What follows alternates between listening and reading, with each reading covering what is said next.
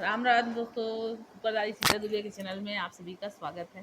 दोस्तों आइए आज मैं आप लोग को एक बहुत अच्छी पौराणिक धार्मिक कथा सुनाती हूँ और आशा करती हूँ कि आप लोग इस कहानी को पूरा सुनेंगे और कहानी अच्छी लगे तो कमेंट में जय श्री राम लिखिए दोस्तों। और मेरे वीडियो को लाइक कीजिए और अगर आप लोग मेरे चैनल में नए हैं तो प्लीज़ सब्सक्राइब कीजिए। तो चलिए कहानी शुरू करती हूँ। कहानी है उस समय की जब एक बार श्री कृष्ण जी द्वारिका में अपनी रानी सत्यभामा के साथ सिंहासन पर बैठे हुए थे और वहीं चक्र सुदर्शन और गरुड़ जी भी बैठे हुए थे और उन तीनों के चेहरे से तेज बहुत वो हो रहा था, बहुत तेज निकल रहा था। अब ये बैठे बैठे ही सत्यभामा जी को कुछ सूझा और सत्यभामा जी श्री कृष्ण जी से बोलने लगी कि प्रभु, आप त्रेता युग में जब राम के रूप में जन्म लिए थे और आपकी पत्नी सीता हुई, तो क्या वो सीता मेरे से ज्यादा सुंदर थी? अब इस प्रश्न को सुन के चक्र सुदर्शन भी बोलने लगे कि भाई मैं भगवान जी, क्या मैं आपको इतने युद्धों में विजय श्री दिलवाया हूँ, मेरे से भी ज्यादा शक्तिशाली कोई है?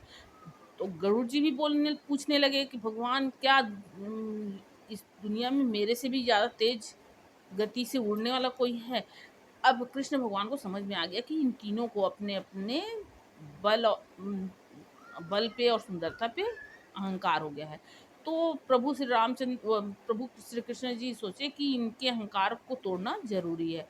अब इसलिए इनके अहंकार को तोड़ने के ध्येय से प्रभु श्री कृष्ण जी बोले कि गरुड़ जी से बोले कि गरुड़ जी, आप एक काम करो, आप हनुमान जी के पास जाओ और हनुमान जी से कहना कि प्रभु श्री राम जी माता सीता के साथ द्वारिका में आपका इंतजार कर रहे हैं, आप शीघ्र ही चलिए।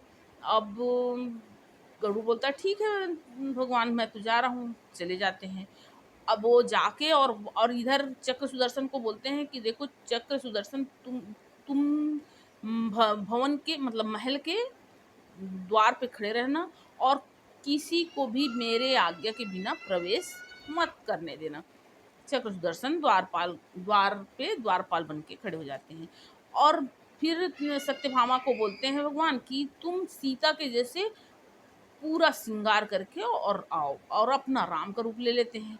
अब ये इधर सीता राम बन जाते हैं और उधर गरुड़ जो है वो हनुमान जी के पास जाके बोलते हैं गरुड़ जी कि हे हनुमान जी, आपको श्री रामचंद्र जी माता सीता के साथ द्वारिका में बुला रहे हैं, आपका इंतजार कर रहे हैं, आप चलिए मेरे पीठ पे बैठ जाइए, मैं आपको उड़ा के ले चलूं।